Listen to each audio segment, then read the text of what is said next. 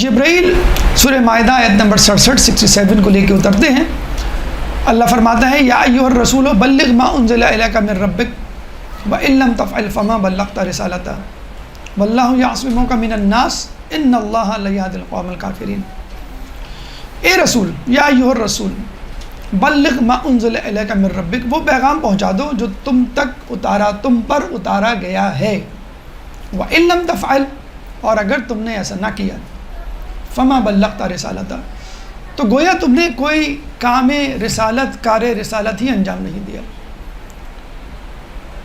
واللہ یعصمک من الناس، اللہ تعالیٰ تم کو لوگوں کے شر سے محفوظ رکھے گا. ان اللہ لا یہدی القوم الکافرین، اللہ تعالیٰ کافروں کو ہدایت نہیں دیتا. یا ایھا الرسول سے پورے قرآن میں 2 آیات شروع ہوتی ہیں. ان 2 آیات میں یہ آیت تحدید، وارننگ، سخت لہجہ لیے ہوئے ہے. وَإِن لَمْ تَفْعَلْ، اگر تم نے ایسا نہ کیا.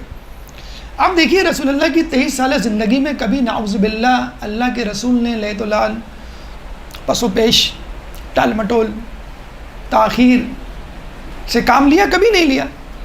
اور یہ کوئی ابتدائی رسالت بھی نہیں ہے کہ اللہ تعالیٰ اتنا سخت لہجہ استعمال کرے کہ بھائی ذرا دیکھ کے احتیاط سے، بہت ضروری ہے، اگر نہیں کیا تو یہ ہو جائے گا مسئلہ یہ ہو جائے گا، یہ نقصان ہو جائے گا. 23 سال کا ریکارڈ ہے کہ ایک بھی لفظ خطا نہیں ہے. اور اللہ تعالیٰ ایک دم سے، ہم اپنے گھر میں بھی ایک بچہ جو 5 سال سے 10 سال سے فرسٹ آ رہا، اب اس سے کہیں اگر تم فیل ہوئے تو تمہاری خیریت نہیں ہے، تم نے سب کچھ کرائے پہ پانی پھیر دینا ہے اگر تم فیل ہوئے، تو بچہ تو رو پڑے گا. یہ کیسی بات؟ آپ 5 سال 10 سال سے دیکھ رہے ہیں کہ میں پاس ہو رہا ہوں، میں فرسٹ آ رہا ہوں، اور آپ کہہ رہے ہیں کہ اگر تم فیل ہوئے. بلکہ اگر جب آپ گھر سے جاتے ہیں بچوں کو تنبیہ کر کے، احتیاط اور ہدایت دے کے، اور اچھے بچے کو کہیں گے اگر تم نے گلاس توڑا تو تمہاری خیر نہیں، تو ایک عجیب سی بات ہے. تو رسول کو کہا جا رہا ہے وَإِن لَمْ تَفْعَلْ، اگر تم نے ایسا نہیں کیا. فما، اچھا یہ بھی نہیں کہ اگر تم نے ایسا نہیں کیا تو بڑا مسئلہ ہو جائے گا، بہت اہم کام، بہت اہم حکم، بہت اہم عمل سے محروم ہو جائیں گے لوگ. نہیں، وَإِن لَمْ تَفْعَلْ فَمَا بَلَّغْتَ رِسَالَتَهُ، کہ تم نے گویا کار رسالت کچھ بھی نہیں کیا، سب پہ پانی پھیر دیا. مثال اس کی، آج کل کے دور میں آپ ایگزام دیتے ہیں تو اس میں آتا ہے کہ بھئی 5 سوال کیجئے، 8 سوال ہیں، 5 سوال کیجئے، اور پہلا سوال لازمی ہے. اب آپ 5 کے بجائے 7 سوال کریں اور یہ کہیں کہ بھئی پہلا سوال میں نہیں کر سکتا، تو کیا آپ پاس ہو جائیں گے؟ حالانکہ آپ نے 5 سے زیادہ سوال کیے، لیکن چونکہ پہلا سوال مینڈیٹری تھا، لازمی تھا، اس لیے آپ کو 1 نمبر بھی نہیں ملے گا. تو جو لوگ یہ کہتے ہیں کہ ولایت علی نہ ہو تو باقی تمام کام ہم کر لیں تو کیا ہم جنت میں نہیں جائیں گے، کیا خدا ہم سے راضی نہیں ہوگا؟ تو آپ اس مثال کو، اس آیت کو ذہن میں رکھ لیجئے. اگر آیت نہیں سمجھ میں آ رہی تو اس مثال کو ذہن میں رکھ لیجئے. وَإِن لَمْ تَفْعَلْ فَمَا بَلَّغْتَ رِسَالَتَهُ. اچھا اللہ جو ہے وہ لفظ استعمال کر رہا ہے بلغ. ابلغ نہیں کہہ رہا کہ پہنچا دو، بلکہ صحیح ثلاثی مزید فی کا صیغہ استعمال کر رہا ہے، باب تفعیل، کہ جس میں وہ فعل استعمال ہوتے ہیں جس میں شدت ہو. تو ابلغ نہیں، بلغ، پہنچا دو، ضرور پہنچا دو. بلغ ما انزل الیک من ربک، جو تم پر پہلے نازل کیا. یعنی پہلے سے طے شدہ ایک بات تھی جس کو بیان کرنے کا وقت آ گیا. اسی لیے اللہ کے رسول نے اس آیت میں وہ بات نہیں ریپیٹ کی. بھئی میں درس دینے آتا ہوں، کوئی مجھ سے کہتا ہے درس دینے سے پہلے آپ اعلان کر دیجئے گا کہ آپ کے بعد کس کا درس ہوگا. تو بیچ میں ایک پرچی آتی ہے جس میں آتا ہے کہ بھئی جو آپ سے کہا تھا وہ اعلان کر دیں. بس یہ کافی ہے کہنا کہ جو آپ سے بات ہوئی تھی، تو یہ کافی ہے. ما انزل الیک من ربک، جو تم پر پہلے نازل ہوا وہ پہنچا دو. وَإِن لَمْ تَفْعَلْ فَمَا بَلَّغْتَ رِسَالَتَهُ، اگر تم نے ایسا نہ کیا تو گویا رسالت کار انجام نہ دی. وَاللَّهُ يَعْصِمُكَ مِنَ النَّاسِ، اللہ تعالیٰ تم کو لوگوں کے شر سے محفوظ رکھے گا. کیوں یہ بات کرنی پڑی؟ کیونکہ رسول اللہ کو خدشہ تھا کہ جب میں یہ بات کروں گا، اعلان کروں گا تو لوگ میری مخالفت کریں گے. کتابوں میں، روایتوں میں ہمیں ملتا ہے کہ دنیا میں اگر تعصب کو تقسیم کیا جائے تو 10 میں سے 9 حصے عربوں کے پاس جائیں گے، 1 حصہ پوری دنیا میں تقسیم ہوگا. یعنی عربوں میں تعصب اتنا ہے. اور یہی بات تھی کہ لوگ جب بھی فضیلت علی کی بات آتی تھی تو تو لوگوں کے دلوں میں یہ خیال ہوتا تھا کہ بنی ہاشم اپنی برتری جتلانا چاہتے ہیں۔ ابو جہل نے جب اس سے کسی نے پوچھا کہ جب تم رسول کی تمام باتوں کو تسلیم کرتے ہو، ان کو نبی کیوں نہیں مانتے؟ تو ابو جہل کہتا ہے کہ ان کا قبیلہ ہمارا قبیلہ تمام باتوں میں برابر ہے، تو نبوت بنی ہاشم میں کیوں؟ اور ہم یہ دیکھتے ہیں یزید ملعون نے اہل بیت کو اپنے دربار میں دیکھ کر کیا کہا تھا، نہ کوئی وحی آئی تھی، نہ کوئی کتاب نازل ہوئی تھی، یہ تو بہانہ تھا حکومت حاصل کرنے کا۔ تو رسول کو خدشہ تھا کہ اگر میں ولایت علی کا اعلان کروں گا تو لوگ یہ سمجھیں گے اپنے امزاد کو پروموٹ کیا ہے، آگے بڑھایا ہے۔ بنی ہاشم کی پوری پری پلان سازش تھی حکومت پر قبضہ کرنے کی، پست لوگوں کی سوچ ایسی ہوا کرتی ہے۔ تو اللہ نے کہا گھبراؤ مت، واللہ یعصمک من الناس، اللہ تعالیٰ تمہیں لوگوں کے شر سے محفوظ رکھے گا۔ اور پھر یہ بھی کہہ دیا، اس کا مطلب یہ نہیں کہ تمام لوگ آپ کی بات کو مان لیں گے، اس کا مطلب یہ ہے کہ کچھ مانیں گے کچھ نہیں مانیں گے، جو نہیں مانیں گے ان کو چھوڑ دیں، اللہ کو ان سے کوئی سروکار نہیں۔ ان اللہ لا یہدی القوم الکافرین، کیوں کہ اللہ تعالیٰ کافروں کو ہدایت نہیں کرتا۔ پہلی بات تو یہ کہ جو ہدایت نہ لینا چاہے اللہ تعالیٰ ان کو ہدایت نہیں کرتا، اور اللہ تعالیٰ کافروں کو ہدایت نہیں کرتا۔ کہنے کا مقصد یہ ہے کہ جو ولایت علی کا منکر ہوگا وہ کافر ہوگا۔ اچھا، اس کا مطلب یہ نہیں کہ دنیا میں اس وقت جتنے بھی منکر ہیں وہ کافر ہو گئے۔ وہ لوگ جن کو معلوم ہے اور جان بوجھ کر انکار کر رہے ہیں، ان کی بات نہیں کر رہے کہ جن کو نہیں معلوم یا بات سمجھ میں نہیں آ رہی، اس میں کچھ کوتاہی ہماری بھی ہوتی ہے۔ تو ان اللہ لا یہدی القوم الکافرین، یہاں پر آ کر اس بات کو ہم واضح کرتے ہیں۔ جو لوگ کہتے ہیں کہ بھئی آپ ولایت علی کو، محبت علی کو منافقت اور ایمان کا مسئلہ بنا دیتے ہیں، کفر و باطل کا معرکہ بنا دیتے ہیں۔ ولایت علی اگر فرض کر لیں نہ ہو تو کیا آدمی کافر ہو جاتا ہے؟ اللہ کہہ رہا ہے ان اللہ لا یہدی القوم الکافرین، کہ اللہ تعالیٰ کافروں کو ہدایت نہیں کرتا، یعنی جو لوگ ولایت علی پہ نہیں یقین کریں گے اللہ کو ان سے کوئی سروکار نہیں۔ اور اللہ کی سنت تبدیل نہیں ہوتی، اللہ نے یہ کام پہلی مرتبہ نہیں، یہ حکم پہلی مرتبہ نہیں، یہ بات پہلی مرتبہ نہیں، اس سے پہلے بھی کی ہے۔ جب آدم علیہ السلام کو بطور خلیفہ پیش کیا، انی جاعل فی الارض خلیفہ، اور فرشتوں کو حکم دیا وَقُلْنَا لِلْمَلَائِكَةِ اسْجُدُوا لِآدَمَ فَسَجَدُوا إِلَّا إِبْلِيسَ أَبَى وَاسْتَكْبَرَ وَكَانَ مِنَ الْكَافِرِينَ، کہ جب ہم نے فرشتوں کو حکم دیا کہ آدم کو سجدہ کرو تو سب نے سجدہ کیا الا ابلیس، سوائے ابلیس کے۔ ابا مستکبرہ، اور اس نے استکبار کیا، اکبرہ نہیں استکبرہ، اس نے اپنے آپ کو بڑا ظاہر کیا، میں آدم سے بڑا ہوں۔ یہ عمل کس کے برابر ہے؟ وَكَانَ مِنَ الْكَافِرِينَ، اور وہ کفار کافروں میں سے ہو گیا، یہ کفر کیا اس نے۔ کیا وہ نماز نہیں پڑھتا تھا؟ پڑھتا تھا۔ چھٹے امام کے مطابق اس نے 4 رکعت نماز 2000 سال میں پڑھی تھی، اور پھر امام نے کہا کہ پتہ نہیں وہ اس دنیا کے سال تھے اس دنیا کے، بلکہ اس نے اللہ تعالیٰ کو آفر کی تھی، پیشکش کی تھی، تو آدم کے سجدے سے مجھے باز رکھ، ایسی عبادت کروں گا کہ دنیا میں کسی نے تیری عبادت نہیں کی ہوگی۔ تو اللہ نے کہا کہ مجھے تیری بنائی ہوئی عبادت نہیں چاہیے، اپنی بنائی ہوئی عبادت چاہیے۔ چنانچہ اگر تو میرے ایک حکم کو بھی چھوٹا سمجھے گا تو گویا تو نے مجھ کو چھوٹا سمجھا، ایک حکم کو بھی غلط سمجھے گا تو نے میری خدائی پہ، جسے کہتے ہیں کہ سوالیہ نشان بنایا۔ اختلاف فرشتوں نے بھی کیا تھا، اختلاف شیطان نے بھی کیا تھا۔ فرق کیا تھا؟ انہوں نے ادب والے لہجے میں اختلاف کیا اور وجہ پوچھی، اور کہا کہ کیا ہم نحن نقدس لک، کیا ہم تیری تسبیح کے لیے کافی نہیں ہے؟ تو کیوں بنا رہا ہے انسان کو، پیدا کر رہا ہے، اپنا بنا رہا خلیفہ؟ شیطان نے کیا کہا تھا؟ نو وے، میں نہیں مانتا، بالکل نہیں مانتا، یہ مجھ سے کمتر ہے، یہ مٹی سے بنا ہے، میں آگ سے بنا ہوں۔ تو اللہ تعالیٰ نے اس اہانت، اس گستاخی کی سزا دی، ابا واستکبر وکان من الکافرین۔ تو جو لوگ جانتے بوجھتے ولایت علی کے منکر ہیں تو وہ ہمارے نزدیک کافر ہیں۔ ہاں، جس کو بات سمجھ میں نہیں آ رہی اس کے لیے گنجائش موجود ہے، بلکہ یہ تو بہت مشہور واقعہ ہے ہمارے عالم دین، یا نام مجھے یاد نہیں آ رہا، وہ اپنے محلے میں ایک اہل سنت کے عالم سے ملتے جلتے رہتے تھے اور بڑے ان کے اخلاق سے متاثر تھے، اور اکثر سوچا کرتے تھے کہ یہ ماشاءاللہ اتنے پرخلوص آدمی ہیں، یہ ہمارے مذہب حق میں شامل کیوں نہیں ہو جاتے۔ اس اسنا میں ان کا انتقال ہو گیا۔ اس اہل سنت عالم کو ہمارے شیعہ عالم دین نے اپنے خواب میں دیکھا کہ جنت ہے، اور جنت اور ان کے درمیان ایک شیشے کی دیوار ہے، یعنی وہ دیکھ سکتے ہیں، بڑی بڑی ونڈو گلاسز ہوتی ہیں جس پہ آپ باہر کا منظر دیکھ سکتے ہیں، جیسے کاغان کا ناران وغیرہ میں ایسے ہوٹلز ہیں جن میں بڑی بڑی دیواروں کی جگہ انہوں نے شیشے لگا دیے تاکہ آپ باہر کا منظر دیکھ سکیں۔ تو وہ عالم دین وہاں بیٹھے ہوئے ہیں، شیشے کی دیوار ہے اور جنت ہے، اور سامنے کوئی صاحب بیٹھے ہوئے ہیں اس طرح کہ جیسے کوئی استاد اپنے بچے کو پڑھاتا ہے، اپنے شاگرد کو.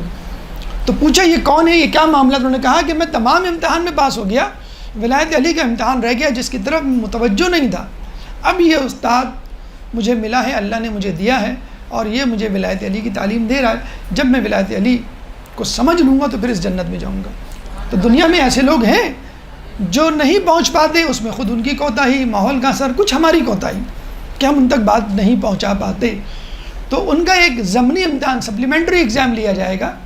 جو جان بوجھ کے عمل نہیں کرتے اور دعویٰ کرتے ہیں کہ ہم نے سمجھ لیا، غلط ہے یہ عقیدہ، تو ان کو جو ہے اللہ تعالیٰ بغیر سپلیمنٹری ایگزام کے ہی جہنم میں جھونک دے گا.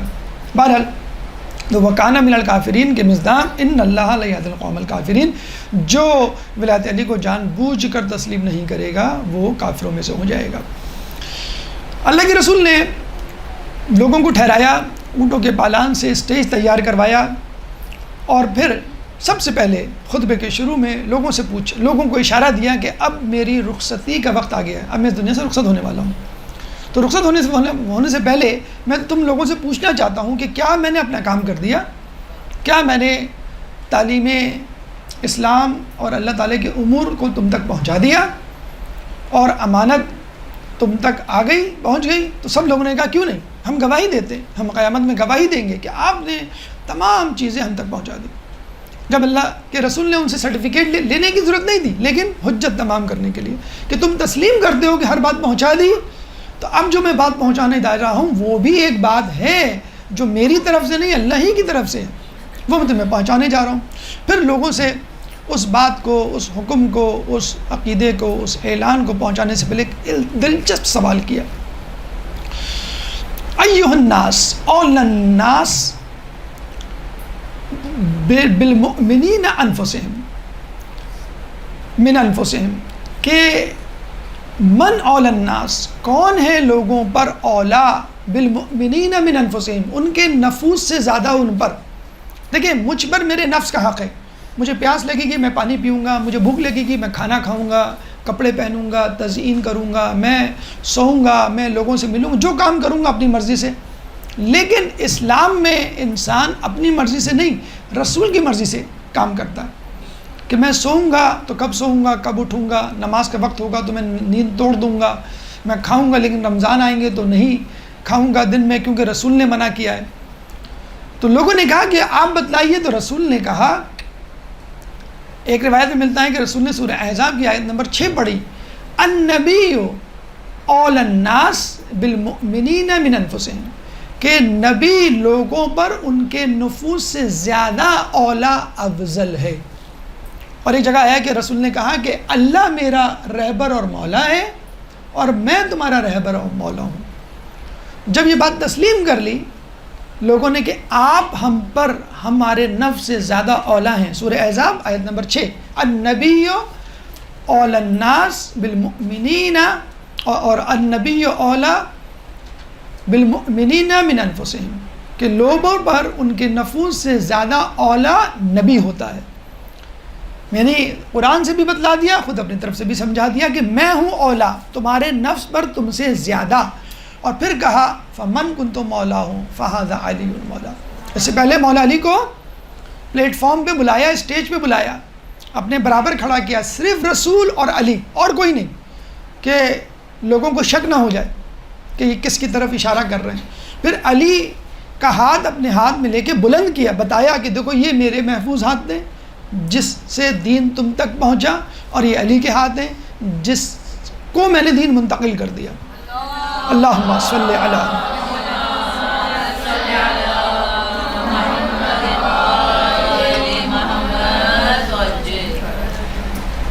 اور پھر علی کو کہتے ہیں اتنا بلند کیا، اتنا بلند کیا، ایک روایت میں ہے کہ علی کے قدم زمین سے اڑ گئے. یعنی رسول کا بس نہ چلے تو وہ سورج تک پہنچ، آسمان تک پہنچا دیں، عرش تک پہنچا دیں. علی کو اتنا اوپر اٹھایا جتنا اٹھا سکتے تھے. جب اٹھایا تو آستین آپ کو معلوم ہے، ویسے تو بٹن ہوتے ہیں آستینوں میں آج کل، اگر اس طرح کی آستین ہے تو، اور لوز آستین ہے جس کو ہم بیل سلیو کہتے ہیں آج کل، تو وہ آستین نیچے چلی جائے گی.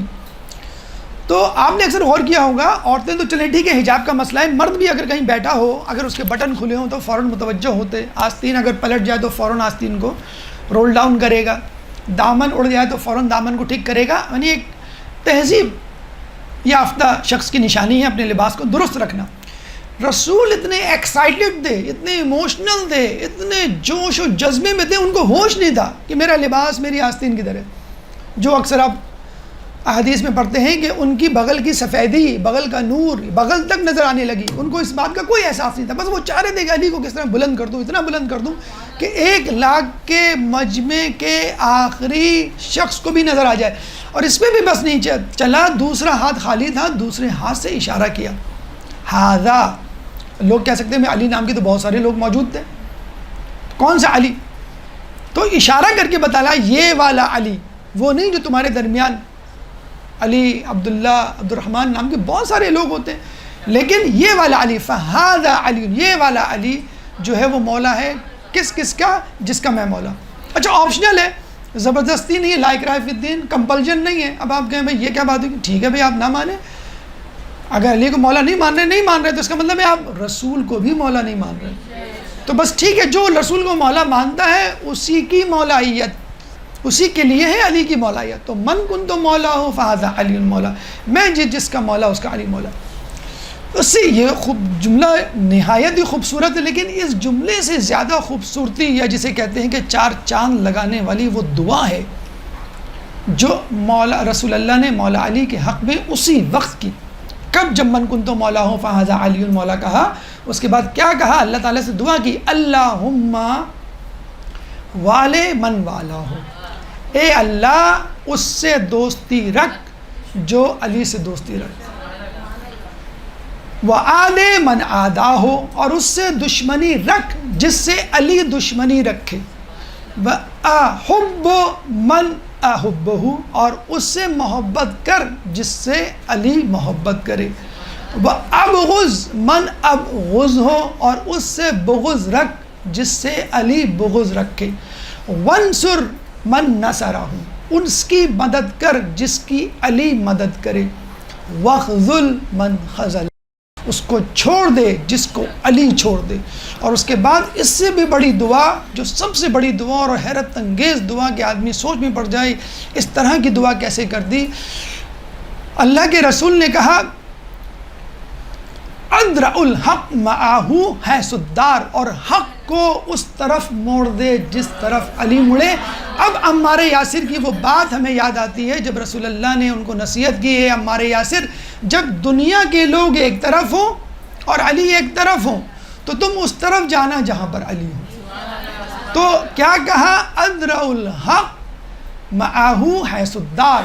اور اس کے بعد پیغام اتنا اہم تھا، اللہ کے رسول نے تاکید کی، الا فیبلغ الشاہد غائب، آگاہ ہو جاؤ کہ جو شاہد ہے وہ غائب تک بات پہنچا دے، اپنے تک بات نہیں رکھ. اللہ تعالیٰ کے رسول نے اسٹریٹجی ایسی اپنائی تھی کہ 3 دن تک روکا رکھا. 3 دن کے بعد جب 1,00,000 افراد اپنے گھر جائیں گے، اگر ہر فرد کے گھر میں 5 افراد بھی ہیں کم از کم، تو 1,00,000 ضرب 5 لاکھ تک بات 3 دن کے اندر پہنچ جائے گی.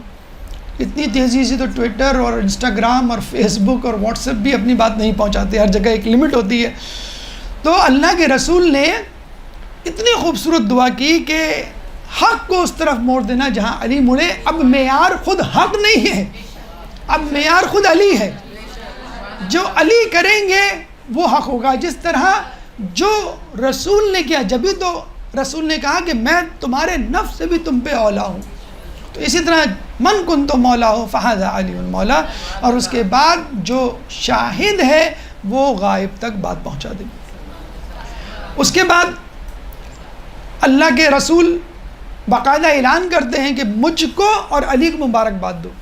دیکھیں تھوڑا سا لگتا ہے کہ بھائی نعوذ باللہ شو مار رہے ہیں کہ بھائی ان کے کزن، ان کے داماد، ان کے بنی ہاشم کے خانوادے بہت بڑی چیز بن گئے تو بھائی مجھے مبارکباد. رسول اللہ نے کبھی نہیں اس طرح کا اظہار کیا کہ علی نے عمر بن عبدود کو پچھاڑا، مجھے مبارکباد دو، دیکھو یہ بنی ہاشم کا چشم و چراغ، میرا داماد، میرا کزن.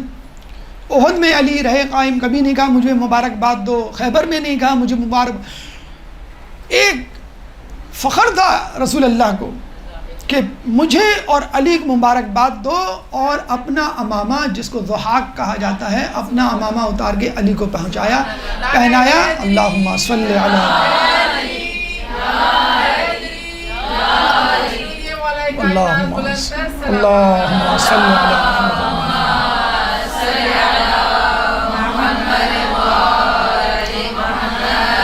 اپنا امامہ اتار کر علی کو پہنایا. اور رسول اللہ کی شہادت کے بعد اکثر مولا علی رسول اللہ کا امامہ پہن کر باہر نکلتے تھے، اور لوگ کہا کرتے تھے دیکھو علی آگے ضحاک پہنے ہوئے، دیکھو علی آگے رسول اللہ کا امامہ پہنے ہوئے. غدیر ان کو یاد آ جاتا تھا، اور لوگ باری باری آگے علی کو بھی مبارکباد دیتے تھے اور رسول اللہ کو بھی جسے کہتے ہیں مبارکباد کرتے تھے. اور نامی گرامی لوگوں نے، سیلیبریٹیز نے تو سب سے پہلے 1 2 3 جتنے بھی ہوں، سب سے پہلے انہوں نے مبارکباد دی. بخن بخن لکا یبن ابی طالب اصبحت و امسیت مولائی و مولا کل مؤمن و مؤمنہ. مبارک ہو، ویل ڈن، مطلب بخن کا ویل ڈن، شاباش، بہت اچھے، بہت خوب، مبارک ہو آپ کو کہ آپ یبن ابی طالب، علی بھی نہیں کہا، یبن ابی طالب، اے ابی طالب کے بیٹے، اصبحت و امسیت، ہم نے اس حال میں صبح کی، اس حال میں شام کی کہ آپ میرے مولائی و مولا کل مؤمن و مؤمنہ، تمام مومن اور مومنات کے مولا ہو گئے. اب یہ جھوٹی مبارکباد تھی، سچی مبارکباد تھی وہ الگ بات ہے. ہمارے امام سے پوچھا گیا وہ کون سی ایسی شہادت ہے جو جھوٹی بھی ہوتی ہے تو بھی قبول کیا جاتا ہے؟ تو کہا جاتا ہے کہ منافق کی شہادت، منافق کی گواہی آپ کو قبول، آپ نہیں کہہ سکتے، تمہارے دل میں یہ نہیں ہے جو تم کہہ رہے ہو. جھوٹی بخن بچا گئی ورنہ تو چونچ میں، جھوٹی بخن بچا گئی ورنہ تو چونچ میں کنکر لیے کھڑا تھا پرندہ غدیر میں. ابابیل کنکر لیے آئے تھے نا تو فوراً کنکری ڈال دی تھی، اگر نہ کی تو انہیں اگر نہ کر دیتے تو پھر دیکھ لیتے معجزہ. تو ہاں کرنی پڑی جسے کہتے ہیں. اس کے بعد لوگ ایک ایک کر کے آئے اور علی کے ہاتھوں پہ بیعت کی. 3 دن، ظاہر سی بات ہے عورتوں مردوں دونوں نے کی. عورتوں کا انداز یہ ہوتا ہے کہ ایک برتن ہوتا ہے، اس میں پانی ہوتا ہے، اس میں جس کی بیعت کی جاتی ہے اس کا ہاتھ ہوتا ہے، اور ادھر سے وہ عورت ہاتھ ڈالتی ہے کہ ہاتھ مس نہ ہو، لیکن برتن ایک ہی ہوتا ہے. تو عورتوں مردوں تمام لوگوں نے، 1 لاکھ افراد نے، ظاہر بات ہے ٹائم تو لگے گا، تمام لوگوں نے بیعت کی. اس کے بعد جسے کہتے ہیں کہ حسان بن ثابت رسول اللہ کے بہت مشہور، جسے کہتے ہیں کہ شاعر رسول جن کو کہا جاتا ہے، وہ تھے، اور باقاعدہ ایک پوری نظم، ایک منقبت لکھی ہے. اس کے 2 اشعار میں آپ کے سامنے اس لیے پیش کر رہا ہوں تاکہ پتہ چلے کہ یہ جو اعلان ہے یہ کس تناظر میں کیا جا رہا ہے. جس طرح آج کل لوگ اس کو کسی اور تناظر میں لے جاتے ہیں. تو حسان بن ثابت کے جو اشعار ہیں اس میں سے 2 اشعار ایسے ہیں. فقال له قم یا علی فانی رضیتک من بعدی اماما وہادیا. پھر کہا کہ اے علی کھڑے ہو جاؤ، بے شک میں راضی ہو گیا اپنی بات تمہاری امامت اور تمہاری رہبری پر. فقال له قم یا علی فانی رضیتک من بعدی امامک وہادیا. فمن کنت مولاہ فہذا ولیہ فکونوا له اتباع صدقا موالیا. بس جس کا میں مولا اس کا یہ مولا، اس کی اتباع کرو صدق دل سے جو تمہارا رہبر و رہنما ہے. تو یہ پس منظر غدیر کا. اب جیسے آپ کو معلوم ہے کہ بہت سے لوگوں نے گواہی نہیں قبول کی، بہت سے لوگوں نے اوپری دل سے مبارکباد دی، کچھ لوگوں سے صبر نہ ہو سکا. وہی ہم نے کہا نا کہ پرندہ چوچ میں پتھر لیے کنکر لیے کھڑا تھا. حارث بن نعمان فہری. اچھا ابھی ٹھہر جائیے، جب یہ بات مکمل ہو گئی تو سورہ مائدہ ہی کی 3ری آیت اتری. کون سی آیت؟ الیوم اکملت. ہم غلط پڑھتے ہیں، اس آیت سے پہلے ایک ٹکڑا ہے جس کو ہم بھول جاتے ہیں. الیوم یئس الذین کفروا فلا یخشوہم یخشونی. الیوم اکملت لکم دینکم واتممت علیکم نعمتی ورضیت لکم الاسلام دینا. آیت کہاں سے شروع ہوتی ہے؟ الیوم یئس الذین کفروا، آج کے دن کفار تمہارے دین سے مایوس ہو گئے، من دینکم فلا تخشوہم واخشونی، ان سے نہ ڈرو، مجھ سے ڈرو. لیکن پھر وہی کفر اور بطلان کا مسئلہ، پھر وہی کفر کا فتویٰ. ہم نہیں لگا رہے، خدا لگا رہا ہے.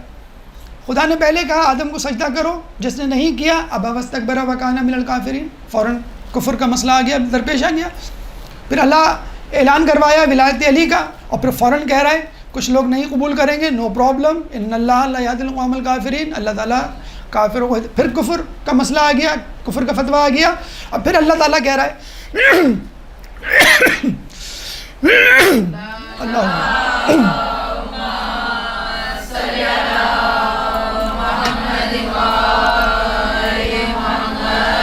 پھر کفر کا مسئلہ، الیوم یئس الذین کفروا، آج کے دن کافر تم سے مایوس ہو گئے، فلا تخشوہم واخشونی، ان سے نہ ڈرو، مجھ سے ڈرو. اس کے بعد الیوم اکملت لکم دینکم، آج کے دن میں نے تمہارا دین مکمل کر دیا.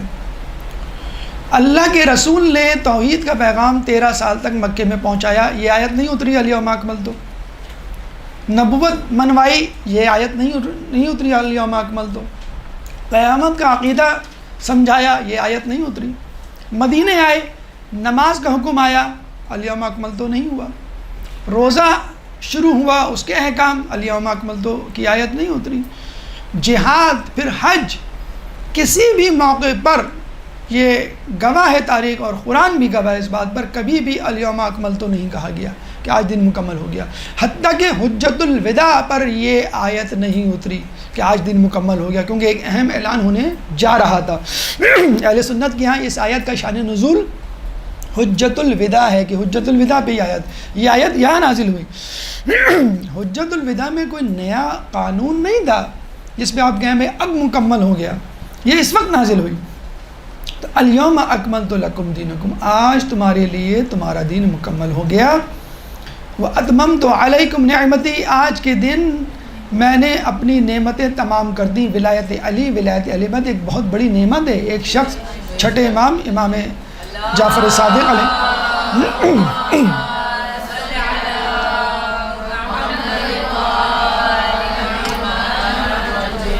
کہتا ہے میں غریب ہوں، مفلس ہوں، مجھے کچھ دیجئے. امام کہتے ہیں کہ تو کیسے غریب ہے، تو بہت امیر ہے.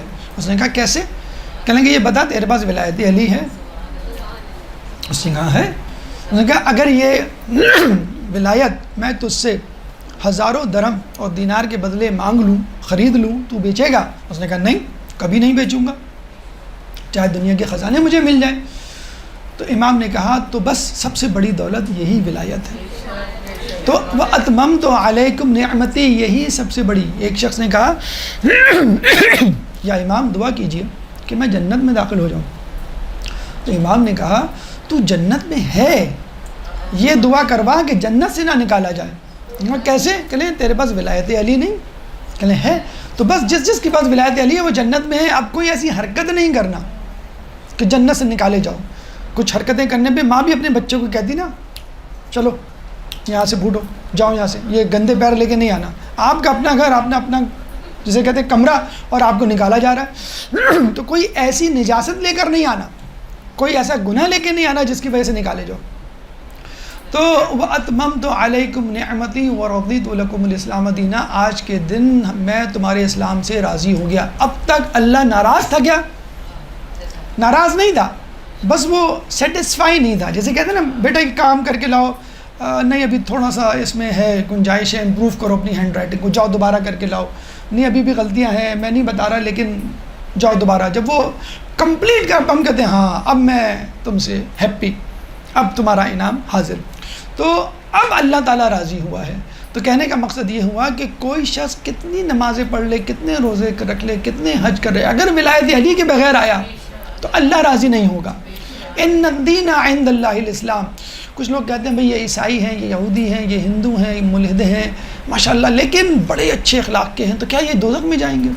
تو ہم یہی آیت پڑھیں گے ان الدین عند اللہ. اسلام نہیں پہنچا بھی ایک الگ بات ہے، وہ الگ ڈیبیٹ ہے کہ آپ اس سے ڈسکس کریں، لیکن اس تک پہنچ گیا، اس نے قبول نہیں کیا، ہٹ درمی ضد کا مظاہرہ کیا. ان الدین عند اللہ الاسلام. اسلام کے بغیر کوئی بھی بات قابل قبول نہیں. اللہ کے نزدیک فقط اسلام ہی ہے دین. اب لوگ آپ سے یہ سوال کریں گے, تانا دیں گے آپ کو, ایک ملحد, ایک عیسائی, ایک یہودی, کون سا اسلام؟ شیعہ اسلام, سنی اسلام, بریلوی, دیوبندی, اہل حدیث, وہابی, کون سا اسلام؟ Saudi brand, Iran brand, Afghanistan brand, کون سا؟ ہم کہیں گے غدیری برانڈ. وَرَضِيتُ لَكُمُ الْإِسْلَامَ دِينًا, وہ اسلام جس سے اللہ راضی ہوا. کس اسلام سے اللہ راضی ہوا؟ جب اس نے نعمتیں تمام کی. کب نعمتیں تمام کی؟ جب ولایت علی. تو جس گروہ, جس مکتب, جس فرقے کے پاس ولایت علی کا عقیدہ ہے, بس وہی اسلام اللہ تعالیٰ کی مرضی کا اسلام ہے. باقی اپنی اپنی مرضی کے اسلام ہیں.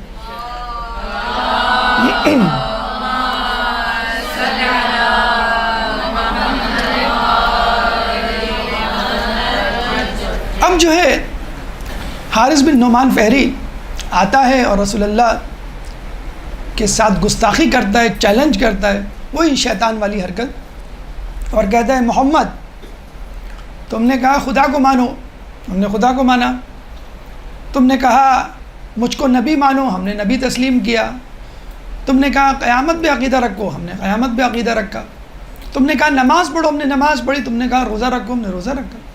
تم نے کہا جہاد کرو, ہم نے تلواریں نکال لی. تم نے کہا حج کرو, ہم نے حج کیا. اب تم اپنے امزاد کو ہماری گردنوں پر مسلط کر کے جا رہے ہو. دیکھیں وہی انداز, نہ کوئی وحی آئی تھی, نہ کوئی کتاب نازل ہوئی تھی, یہ تو بنی ہاشم کا ڈرامہ تھا حکومت حاصل کرنے کے لیے.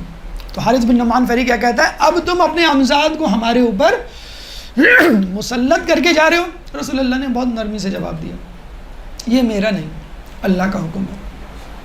اب وہ تنزیہ مسکراہٹ کے ساتھ ہنستا ہے اور اپنی گھوڑے کی طرف پلٹ کر کہتا ہے, اے اللہ اگر یہ تیری طرف سے ہے تو ابھی اسی وقت مجھ پر عذاب نازل کر. کہتے ہیں اسی وقت آسمان سے ایک پتھر آیا, اس کے سر پہ لگا اور اس کے 2 ٹکڑے کرتے ہوئے زمین میں چلا گیا, اور حارث بن نعمان فہری 2 ٹکڑے ہو کر جہنم واصل ہوا. بالکل اسی طرح جس طرح علی کی تلوار کسی کے دشمن کے سر پہ لگتی تو اس کے 2 ٹکڑے کر دیتی. میں کہوں یا اللہ یہ سزا دینے میں شباہت کیسی؟ تو کچھ نہیں کہ جواب آئے, we are on the same page, me and Ali, خدا اور خدا کا Ali, they are on the same page. ان کی سزا بھی ایک جیسی ہوتی ہے. ہاں بس فرق یہ ہے کہ علی میرے دشمن کو تو 2 ٹکڑے کرے گا اور تیرے دشمن کو میں 2 ٹکڑے کروں گا. اللہم صلی علی.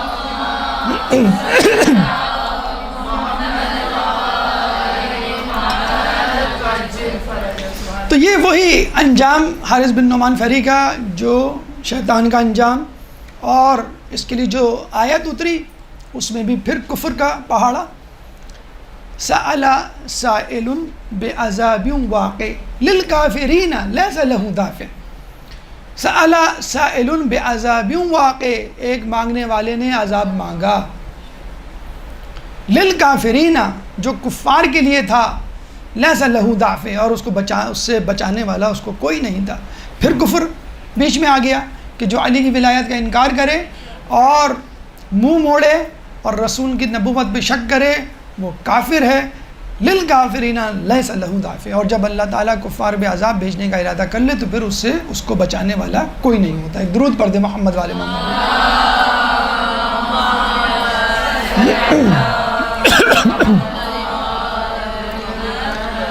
یہ احوال تھا سورہ مائدہ کی آیت نمبر 67, آیت نمبر 3, سورہ معارج کی آیت نمبر 1 اور 2 کے پس منظر میں.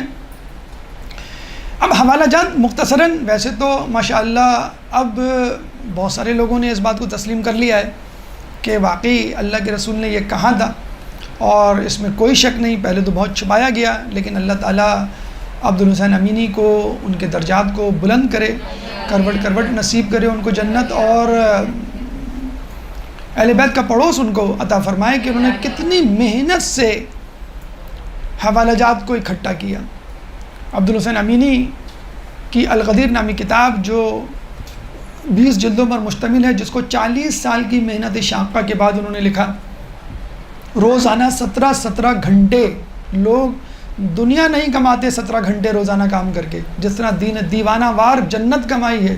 عبدالحسین امینی نے 17 گھنٹے کام کر کے 10,000 کتابوں کو صفحہ بہ صفحہ, سطر بہ سطر, لفظ بہ لفظ, حرف بہ حرف پڑھا ہے.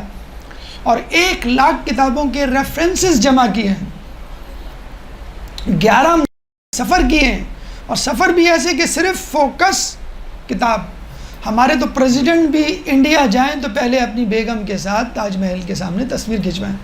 کسی نے پوچھا آپ تاج محل گئے تھے؟ کہیں گے نہیں، میں تو روزانہ لائبریری جاتا تھا اور وہاں اپنا کام کرتا تھا اور واپس آ جاتا تھا. جن جوتوں میں گئے تھے وہ جوتے ویسے ہی پھٹے پرانے واپس آئے، کوئی نئے جوتے نہیں لیے. موسم کیسا تھا؟ کہہ لیں گے مجھے نہیں معلوم، میں نے کبھی غور ہی نہیں کیا موسم پر. یہ تھی دین کی طلب اور تڑپ، اور ہمیں شوقی نہیں ہے. 20 جلدیں، پہلی جلد پڑھ لیں، اردو میں دستیاب ہے جس میں سارے ریفرنسز موجود ہیں. لیکن آج کل کی امت کو ٹک ٹاک اور اسنیک ویڈیو سے فرصت ملے، 1-1 منٹ کی ویڈیو ہمیں مل جائے تو وہ ہم پڑھ لیں گے. اب 1-1.5 منٹ میں تو کوئی فنی ویڈیو کلپ ہی آ سکتی ہے، کوئی مسخرہ پن ہی آپ کے ساتھ آ سکتا ہے، کوئی حدیث، کوئی جسے کہتے ہیں کہ اہم بات تو نہیں پہنچائی جا سکتی. بہرحال تو عبدالعزیز امینی کے صاحب کا تھوڑا سا ہم وہ بھی کروا دیں، مقام و مرتبہ کے حوالے سے تعارف، کہ ان کے مرنے کے بعد ایک صاحب نے، ان کے ایک دوست نے ان کو اپنے خواب میں دیکھا کہ جنت میں ایک قطار لگی ہوئی حوض کوثر کے سامنے، ساقی کوثر پیالے بھر بھر کے ان کو پلا رہے ہیں، اور جب ان کی باری آتی ہے تو ساقی کوثر پیالہ جس سے وہ پلا رہے تھے وہ رکھ دیتے ہیں. اب ایک دم سے یہ گھبرا جاتے ہیں کہ خیریت مولا، مجھ سے کیا ایسی غلطی ہو گئی، میں نے تو آپ کے لیے کتاب لکھی. مولا نے کہا اسی لیے تو جام رکھ دیا، تم تو اس قابل ہو کہ میں تمہیں اپنے ہاتھوں سے سیراب کروں. اور پھر اپنے ہاتھوں کو پیالہ بنا کر عبدالحسین امینی کو سیراب کیا. اللہم صلی علی.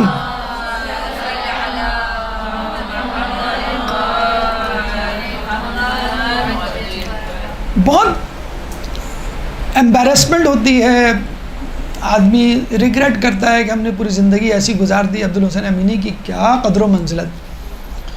تو اگر آپ ان کی کتاب کے ثواب میں شامل ہونا چاہتے ہیں تو علماء حضرات نبیوں کا اور ان کے ولیوں کا سا دل رکھتے ہیں کہ وہ چاہتے ہیں کہ میرے ثواب میں شریک ہوں لوگ. اتنا مختصر سا عمل انہوں نے بتایا ہے کہ جب بھی آپ درود پڑھیں تعجیل مہدی، ظہور مہدی کی دعا ضرور کریں.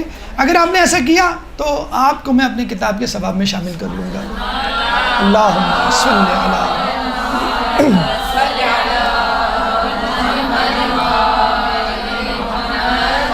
وعجل فرجہم. اگر ہم بات کریں راویوں کی تو اصحاب رسول میں 110 صحابہ نے اس روایت کو روایت کیا ہے. 110 صحابہ سے مروی ہے یہ روایت.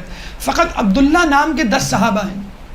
تابعین کی بات کریں جو اصحاب کے ساتھ جنہوں نے زندگی گزاری، 84 تابعین نے اس روایت کو نقل کیا. علماء کی بات کریں 360 علماء نے اس روایت کو اپنی کتابوں میں جگہ دی ہے. مؤلفین کی بات کریں تو 26 مؤلفین نے اس پر باقاعدہ ایکسکلوسیولی کتاب لکھی ہے. احادیث کی کتابوں کے نام کی اگر ہم بات کریں مختصراً، صحیح مسلم، نسائی، ترمذی، مستدرک للصحیحین، مسند امام احمد حنبل اور مشکات میں یہ حدیث موجود ہے.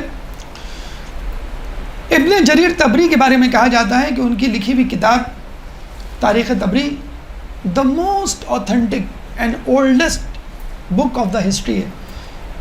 جتنے بھی تاریخ دان آئے وہ تاریخ طبری پڑھے بغیر تاریخ نہ لکھ سکے. ان کی کتابوں میں کہیں نہ کہیں تاریخ طبری کا کوئی ریفرنس موجود ہوتا تھا. ہمارے یہاں بہت ساری باتیں تاریخ طبری سے ثابت کی جاتی ہیں. اتفاق کی بات یہ ہے غدیر خم کا واقعہ تاریخ طبری میں نہیں. لیکن کیا اس کا مطلب یہ ہوا کہ واقعہ تھا ہی نہیں؟ جب ان کو احساس ہوا ابن جریر طبری کو کہ اتنا بڑا اہم واقعہ میں نے اوور لک کر دیا، اگنور کر دیا، مجھ تک نہیں پہنچا، تو انہوں نے تفصیلات جمع کی اور پھر کتابچہ نہیں، پوری کتاب الولایہ کے نام سے غدیر خم پر لکھی ابن جریر طبری نے. اگر کوئی آپ سے کہے کہ آپ بڑا ریفرنس دیتے ہیں ابن جریر طبری کا، تاریخ طبری کا، ان کی کتاب میں تو نہیں، 8 جلدوں پر مشتمل کتاب ہے، اس میں تو نہیں ہے یہ واقعہ، تو آپ بتائیے گا الولایہ نامی کتاب جو ان کی الگ سے ایکسکلوسیولی ان طبری موجود ہے، اس میں یہ واقعہ موجود ہے. عبدالحسین امینی کا تذکرہ ہو گیا، لیکن ایک صاحب کا اور تذکرہ اگر نہ کریں تو ناانصافی ہوگی، اور وہ ہیں سید حامد حسین لکھنوی، لکھنؤ کے بہت بڑے عالم دین کہ جنہوں نے ابقات الانوار نامی کتاب لکھی، 6 جلدوں پر مشتمل۔ سید حامد حسین لکھنوی، ابقات الانوار، عین سے ابقات الانوار نامی کتاب لکھی، جو جواب تھی باب امامت کا، جو باب امامت موجود ہے کتاب تحفہ اثنا عشری میں، جس کو انسائکلوپیڈیا کہا جاتا ہے، اہل تشیع کے خلاف لکھی جانے والی کتابوں میں سے ایک کتاب تحفہ اثنا عشری انسائکلوپیڈیا کہا جاتا ہے کہ اگر آپ کو شیعوں کے خلاف کوئی مواد تلاش کرنا ہو تو تحفہ اثنا عشری پڑھیے، تو کمزور دل کے یا کمزور کم معلومات کے شیعہ بھی نہ پڑھیں اس کتاب کو۔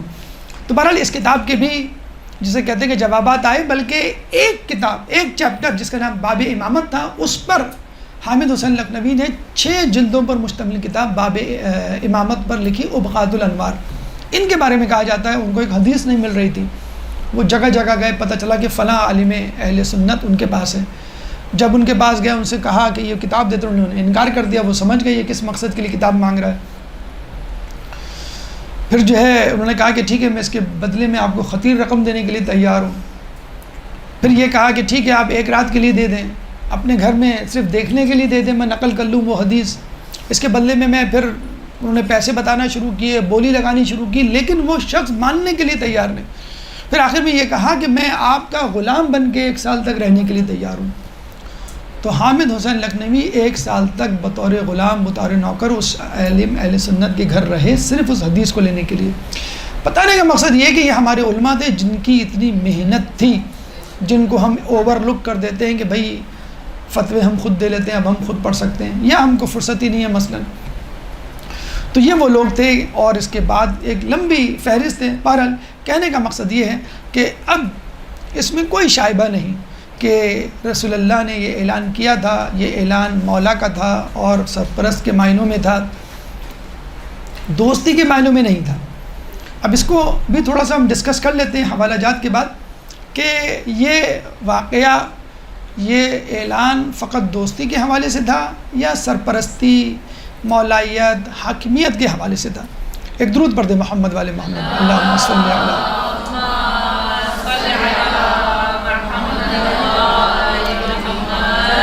بھائی اس پہ دیکھیں 3 طریقوں سے اعتراض کیا جاتا ہے۔ ایک تو اعتراض ہے انکار واقعی، یعنی واقعہ کا انکار کہ بھئی ایسا تو ہوا ہی نہیں تھا، کچھ ہم تو نہیں مانتے۔ اب اس انکار واقعی کے ماننے والے بہت کم رہ گئے ہیں، کیونکہ بہرحال لوگوں نے تسلیم کر لیا ہے، صحیح مسلم، ترمذی، نسائی، مستدرک، مشکات، دیگر کتابوں میں یہ کتاب حوالہ جات موجود ہیں، لوگوں نے مان لیا۔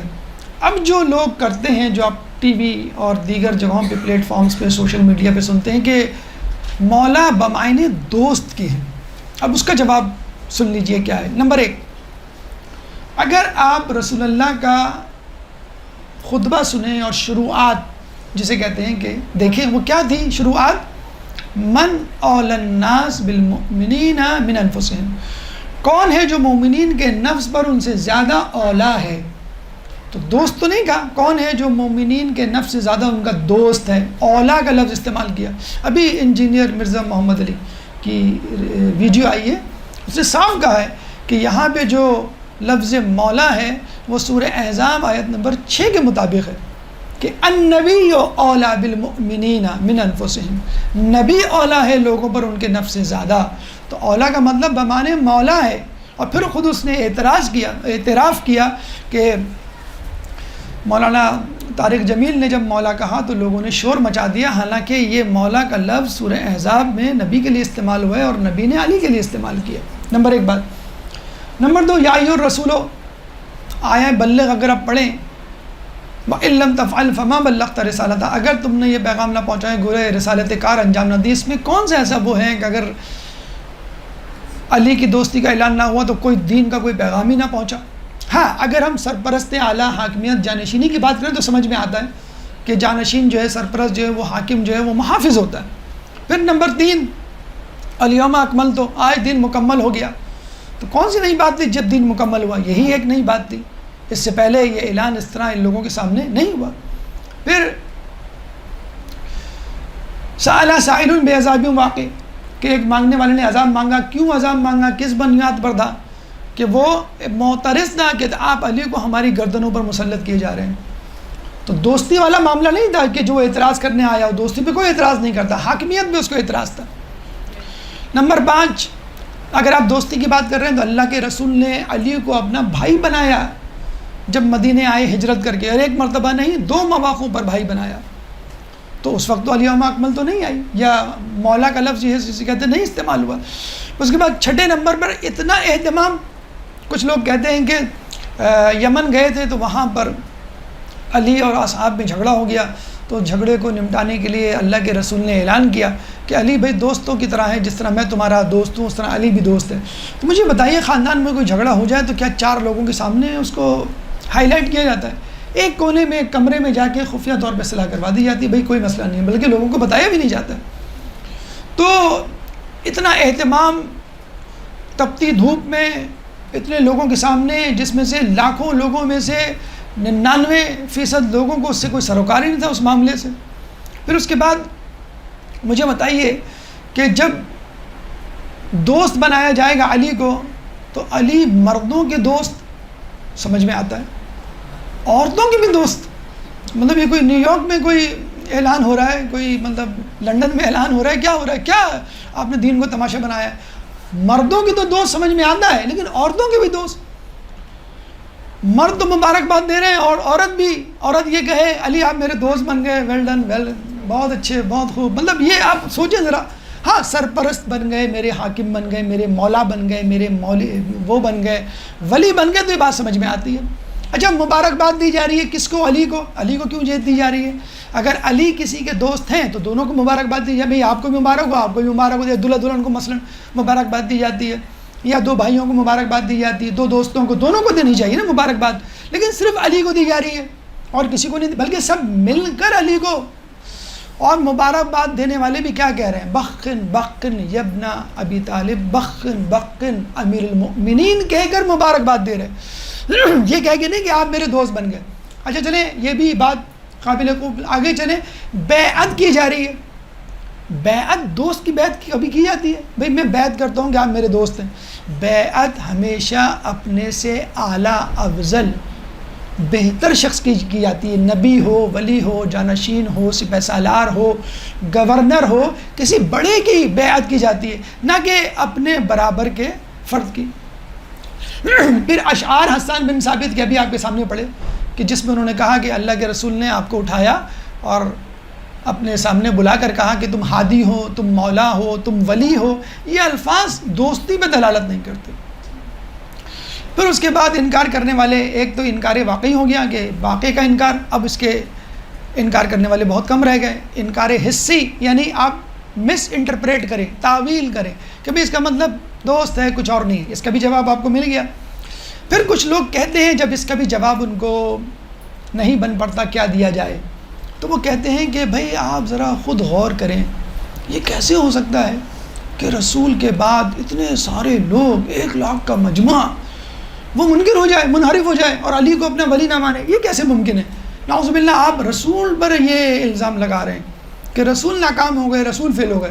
بھئی ممتحن استاد اچھی طرح پڑھائے، اسٹوڈنٹ فیل ہو جائے تو کیا استاد فیل ہوا؟ اسٹوڈنٹ فیل ہوا. اب اس کا جواب سنیے.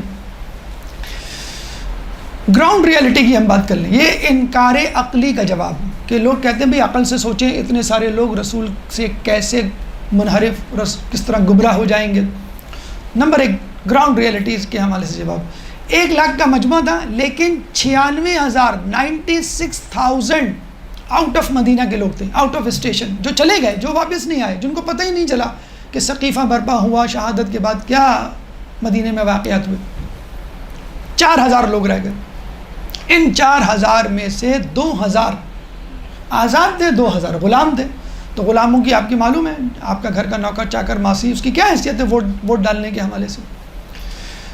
2,000 آزاد میں بھی وہ لوگ تھے تو ظاہر سی بات ہے اپنے قبائلی تعصب کی وجہ سے اپنے قبائلی سرداروں کی بات ماننے پر مجبور تھے. جس طرح ہمارے زمیندار، ابھی آپ نے سنا ہوگا انٹیریئر سندھ میں ایک زمیندار نے پانی بند کر دیا گاؤں کا. کہ لوگوں نے اس کے نامزد امیدوار کو ووٹ نہیں دیا۔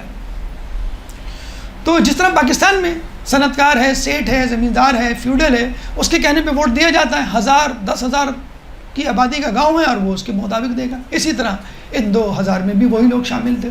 اور ویسے بھی آپ دیکھ لیں ہمارے سوشل میڈیا پہ کون ہے، جلسوں میں کون ہے، اور کرسی پہ کون بیٹھا ہوا ہے، بالکل آنکھوں کے سامنے دھول جھونکی جا رہی ہے اور لوگ چپ چاپ خاموش تماشائی ہیں اور دیکھ رہے ہیں۔ تو اس وقت بھی یہی حال تھا جسے کہتے ہیں، اتنی طاقت نہیں تھی، افرادی قوت نہیں تھی کہ لوگ مقابلہ کرتے۔ ایک تو یہ جواب۔ دوسرا یہ جواب، کیا رسول اللہ کی زندگی میں لوگوں نے رسول اللہ کی نافرمانی نہیں کی؟ سورہ آل عمران آیت نمبر 153 153، استسعدون ولا تلؤون علی احد والرسول یدعوکم فی اخراکم، جب تم پہاڑی پر چڑھے چلے جا رہے تھے، والرسول یدعوکم فی اخرا، اور رسول تم کو پیچھے سے آوازیں دے رہے تھے اور تم پیچھے مڑ کر نہیں دیکھتے تھے۔ کب؟ علی احد، غزوہ احد، جنگ احد کے دن، کہ جب علی اور چند افراد بس رہ گئے تھے، لا فتح الا علی لا سیف الا ذوالفقار۔ تو کیا اکثریت میدان جنگ چھوڑ کے نہیں چلی گئی؟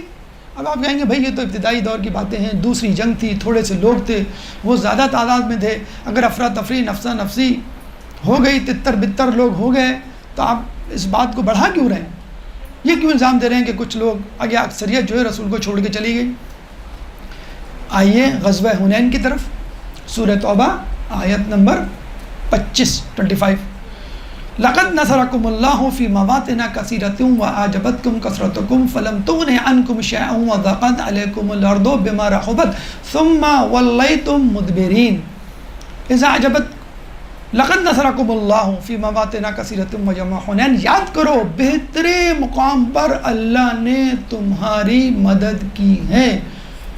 اور غزوہ حنین پر، وہاں غزوہ احد کا تذکرہ، یہاں غزوہ حنین کا، اذ اعجبتکم کثرتکم، جب تمہیں غرہ تھا، گھمنڈ تھا اپنی کثرت پہ، فلم تغن شیئا وضاقت علیکم الارض، لیکن یہ گھمنڈ، یہ کثرت تمہارے کسی کام نہ آئی۔ وضاقت علیکم الارض، اور زمین باوجود وسعت کے، بما رحبت، تم پر تنگ ہو گئی، ثم ولیتم مدبرین، اور تم پیٹ پھیر کے بھاگ نکلے۔ غزوہ حنین فتح مکہ کے بعد ہوا ہے، جس میں 10,000 مسلمانوں کی فوج تھی، کہ جس پر ایک صاحب نے کہا تھا آج تو ہم جنگ ضرور جیتیں گے کیونکہ ہم کثرت میں ہیں۔ تو کثرت میں تھے، جیتنے کی پوزیشن میں تھے، رسول کو چھوڑ کے چلے گئے۔ عبداللہ ابن عباس، تاریخ طبری میں یہ بات موجود ہے، عبداللہ ابن عباس فرماتے ہیں میں نے اس سے پہلے منکم من یرید الدنیا ومنکم من یرید الآخرہ والی آیت نہیں سمجھی تھی، کہ تم میں سے کچھ لوگ دنیا کے طلبگار ہیں اور کچھ آخرت کے طلبگار ہیں۔ میں نے یہ آیت غزوہ حنین کے دن سمجھی، کہ جب رسول کو چھوڑ کے لوگ غزوہ احد میں رسول کو چھوڑ کے گئے۔ سورہ آل عمران آیت نمبر 153 یاد رکھیں، اگر کوئی پوچھے یہ کیسے ہو سکتا ہے، یہی سب سے آخری سوال ہے، اشکال ہے جو لوگوں کو سمجھ نہیں آتا، کہ یہ کیسے ممکن ہے ایک کثیر تعداد لوگوں کی اللہ کے رسول کی نافرمانی کرے۔ تو جب لوگ زندہ رسول کو غزوہ احد، غزوہ حنین میں چھوڑ کے جا سکتے ہیں، تو رسول کے مرنے کے بعد رسول کی نافرمانی منافقین یا کچے دل کے لوگ، کچے ایمان کے لوگ، اعرابی یہ نہیں کر سکتے۔ غزوہ حنین میں زندہ حالت میں کثرت میں یہ کام کر چکے۔ تو 1 لاکھ میں سے زیادہ تر لوگوں نے، اگر حالانکہ ویسے ہم نے بتا دیا گراؤنڈ ریالٹی میں اکثریت کو معلوم ہی نہیں تھا، یا وہ انڈر دا پریشر تھے جسے کہتے ہیں۔ تو غزوہ حنین اور غزوہ احد میں ایسا ہو چکا ہے۔ اور دوسری بات یہ، اب آپ کہیں نہیں یہ تو آخری رسول تھے، دوسری بات یہ، کیا رسول اللہ سے پہلے ایسے کبھی نہیں ہوا کہ لوگوں کی ایک کثیر تعداد نے اپنے نبی کی نافرمانی کی ہو؟ کن لوگوں کی بات؟ ان لوگوں کی بات نہیں ہو رہی جن لوگوں نے نبوت کا انکار کیا، نبی کا انکار نہیں، جن لوگوں نے نبی کو نبی مانا اور اس کے بعد نبی سے منحرف ہو گئے۔ 3 بڑی مثالیں، 3 مشہور پیغمبر کی، آپ کو بھی معلوم۔ حضرت نوح علیہ السلام، کتنے لوگ ایمان لائے؟ 240۔ جب نوح علیہ السلام کے پاس آ رہے اور کہا کہ بھئی اب کچھ کیجئے، ہم تنگ آ گئے ہیں لوگوں کے ظلم سے، کیا کریں؟ تو اللہ نے کہا کہ ان کو کہو کہ کشتی بنائیں، ان کو کہو کہ کھجور کے درخت لگائیں اور کھجور لے کر آئیں، یعنی 1 سال کھجور کا درخت سال میں 1 مرتبہ پھل دیتا ہے، یعنی 1 سال بعد آئیں۔ اب یہ پریشان تو ہوئے بھئی یہ کیا معاملہ ہے، سب کچھ ہو گیا، 800 سال میں ان کو تبلیغ کی اور 900 سال جسے کہتے ہیں کہ تبلیغ میں لگے، تو 900 سال یا 500 سال یا 400 سال جیسے جیسے لوگ ایمان لائے وہ ظلم سہ رہے تھے۔ بات تو عجیب تھی کہ 1 سال اور، خیر یہ چلے گئے، کھجور لے کر آئے 1 سال بعد۔ اللہ نے کہا نوح علیہ السلام کو ان کو کہو کہ 1 سال اور۔ اب 240 میں سے 80 افراد بھپر گئے، بھئی یہ کیا بات ہے، یہ کیا ڈرامہ ہے، اتنے عرصے ہم نے ظلم و ستم سہا اور اب آپ کہہ رہے ہیں کہ 1 سال بھی ہم آ گئے، اب آپ کہہ رہے ہیں 1 اور سال، ہم تو نہیں مان رہے آپ کی بات، آپ تو خواہ میں ہمیں پریشان کر رہے ہیں۔ 80 افراد ڈیلیٹ، بغاوت، نو کانفیڈنس ووٹ جسے ہم کہتے ہیں، باہر۔ اب باقی گئے کتنے بجے؟ 160۔ اب یہ واپس آئے کھجور لے کے، اللہ نے حکم دیا 1 سال اور کھجور۔ جیسے آج کل بہت سے لوگ کہتے ہیں امام پتہ نہیں کب آئیں گے، نعوذ باللہ کتنا عرصہ ہو گیا ہے، تو یہ بھی ایک آزمائش ہے۔ اب 80 لوگ اور منحرف ہو گئے کہ بھئی 1 سال تو برداشت کر لیا، اب دوسرے سال پھر برداشت کریں، یہ ہم تو نہیں مان رہے۔ اب کتنے لوگ رہ گئے؟ 80۔ 240 میں کتنے رہ گئے؟ 80، 1/3۔ یہ لوگ کشتی میں سوار ہوئے۔ جبھی نوح علیہ السلام پر ایمان لانے والوں کو کامیاب نہیں کہا جاتا، کشتی میں سوار ہونے والوں کو کامیاب کہا جاتا۔ اور اسی لیے اہل بیت کو سفینہ نوح سے تشبیہ دی ہے، نوح سے نہیں۔ نوح پر ایمان 240 لائے، نوح کی کشتی میں 80، 1/3 لوگ شمار ہوئے۔ من رکبہ نجا ومن تخلف غرقا، کہ جو سوار ہو گیا کامیاب ہو گیا، نجات مل گئی۔ ومن تخلف، جس نے خلاف کیا اور روح گردانی کی، وہ غرق ہو گیا۔ 1/3 صراط مستقیم میں رہے، 2/3 منحرف۔ موسیٰ علیہ السلام کی مثال، کتنے لوگوں نے موسیٰ علیہ السلام کے ساتھ دریائے نیل عبور کیا؟ 6 لاکھ افراد نے اپنے آنکھوں سے فرعون کو، اس کی فوج کو غرق ہوتے ہوئے دیکھا، معجزات دیکھے۔ اور جب موسیٰ علیہ السلام نے کہا مجھے ذرا اللہ سے ملاقات کرنی ہے 30 دن کے لیے، میں آ جاتا ہوں، 30 دن سے 35، 38ویں دن صبر کا پیمانہ لبریز ہوا، سامری نے بچھڑا بنایا، اس میں آواز ڈالی اور لوگوں نے بچھڑے کو خدا بنا دیا، سامری کو نبی بنا دیا۔ حالانکہ سامری کو خدا بنانا چاہیے، بچھڑے کو نبی، انہیں جانور کو خدا بنا دیا اور انسان کو۔ بہرحال موسیٰ علیہ السلام آئے تو دیکھا کثیر تعداد منحرف ہو گئی۔ کتنی تعداد منحرف ہوئی آپ کو معلوم ہے؟ 6 لاکھ میں سے 5.5 لاکھ اپنی آنکھوں سے فرعون کو غرق ہوتا ہوا دیکھا تھا ان لوگوں نے، اور بچھڑے کو خدا بنا ڈالا 40 دن میں، فقط 40 دن میں، کہ جہاں تو 1400 سال گزر چکے۔ پھر وہی بات، 1/3 سے بھی کم لوگ موسیٰ پہ ایمان لانے والے رہ گئے۔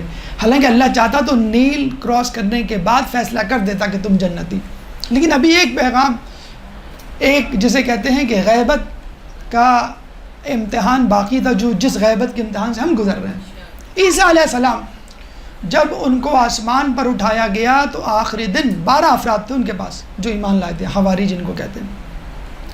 عیسیٰ علیہ السلام نے کہا تھا کہ ان 12 میں سے فقط 4 لوگ میری تعلیمات پر قائم رہیں گے، اور وہ لوگ ہوں گے جو میرے بنائے ہوئے جانشین شمعون کی پیروی کریں گے۔ اور پھر وہی ہوا، 8 افراد منحرف ہو گئے، 4 افراد عیسیٰ علیہ السلام کی تعلیمات پہ باقی رہے۔ کون لوگ؟ جو ان کے بنائے ہوئے جانشین شمعون کی پیروی کرتے تھے۔ تو کتنے لوگ منحرف ہوئے؟ 2/3۔ کتنے لوگ نجات پائے؟ 1/3۔ نوح علیہ السلام کے ساتھ نجات پانے والے لوگ 1/3۔ موسیٰ علیہ السلام کے ساتھ نجات پانے والے، ایمان لانے والے نہیں، نجات پانے والے۔ بسم اللہ بہت سے لوگوں کی اچھی ہو سکتی ہے، اختتام دیکھنا چاہیے۔ انسان کافر پیدا ہوتا ہے، مسلمان مرتا ہے، نجات یافتہ۔ مسلمان پیدا ہو، کافر مرے، ناکام۔ موسیٰ علیہ السلام نوح علیہ السلام کے ساتھ نجات پانے والے لوگ 1/3، موسیٰ علیہ السلام کے ساتھ نجات پانے والے لوگ لیس دین 1/3، عیسیٰ علیہ السلام کے پاس نجات پانے والے لوگ لیس دین 1/3۔ ایمان لانے والے لوگ اس سے زیادہ دے، لیکن نجات پانے والے لوگ اسی طرح آج کل کے مسلمان ویکیپیڈیا کے مطابق 1 ارب 100 کروڑ ہیں۔ اس 100 کروڑ میں اہل تشیع کی تعداد 1/3، 2/3 ان لوگوں کی جو علی کی ولایت پر یقین نہیں رکھتے۔ اب آپ خود فیصلہ کر لیجئے کہ مسلمانوں میں نجات یافتہ طبقہ کون سا ہے۔ ہم یہ نہیں کہہ رہے کہ رسول پہ لانے والا کافر، ہم یہ کہیں گے رسول اور علی دونوں پر ایمان لانے والا، اس طرح کہ دونوں کو مولا کہتا ہو۔ یہ نہیں کہتا ہو کہ جس طرح رسول میرے دوست، جن لوگوں نے دوست سمجھا، جن لوگوں نے عام انسان سمجھا، نعوذ باللہ غلطیوں سے ان کی بات نہیں ہو رہی۔ جن لوگوں نے رسول کو رسول جانا، مولا جانا، اسی معنوں میں جن معنوں میں رسول کے مراد تھے، انہی لوگوں نے علی کو مولا جانا، تب وہ کامیاب ہو گئے، جس طرح موسیٰ پہ ایمان لانے والے، عیسیٰ پہ ایمان لانے والے اور نوح علیہ السلام پہ ایمان لانے والے۔ آخر میں اس شعر پر اپنی گفتگو کا اختتام، سانچے میں مودت کے جو شخص نہ ڈھلے گا، سانچے میں مودت کے جو شخص نہ ڈھلے گا، وہ تاب ابد آتش دوزخ میں رہے گا۔ رکھ جیب میں تو عشق علی کا زر خالص، رکھ جیب میں تو عشق علی کا زر خالص، سکہ یہی بازار قیامت میں چلے گا۔ اللہم صلی علی محمد وعلی محمد۔